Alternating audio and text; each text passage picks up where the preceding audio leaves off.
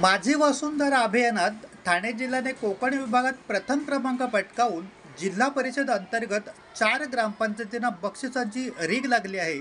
तर दुसरीकडे आसनगाव ग्रामपंचायत हद्दीतील शहापूरचे आमदार दौलत दरोडा यांच्या राजयोग या निवासस्थानासमोरच कचऱ्याचे ढीग असलेले दिसत आहे.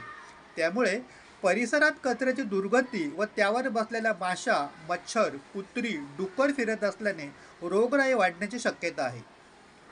आसनगाव ग्रामपंचायत याकडे दुर्लक्ष करत असल्याचा आरोप स्थानिक करत असून चक्क आमदारांच्या घरासमोरच कचऱ्याचे ढीग असल्याने आश्चर्य व्यक्त केले जात आहे.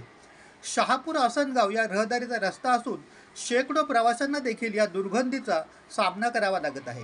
ठाणे जिल्ह्यातील ग्रामीण भागात स्वच्छता ही सेवा हा उपक्रम 17 सप्टेंबर ते 1 ऑक्टोबर या कालावधीत सुरू असून जिल्ह्याच्या तसेच केंद्र शासनाच्या ग्रामस्वच्छता अभियानाचे देखील 3-13 वाजल्याचे चित्र दिसत आहे.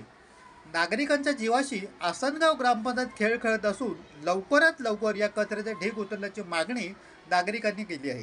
भारताचा बुलंद आवाज आपला भारत चॅनल सबस्क्राईब, शेअर आणि लाईक करायला विसरू नका. रवींद्र थोरात, आपला भारत.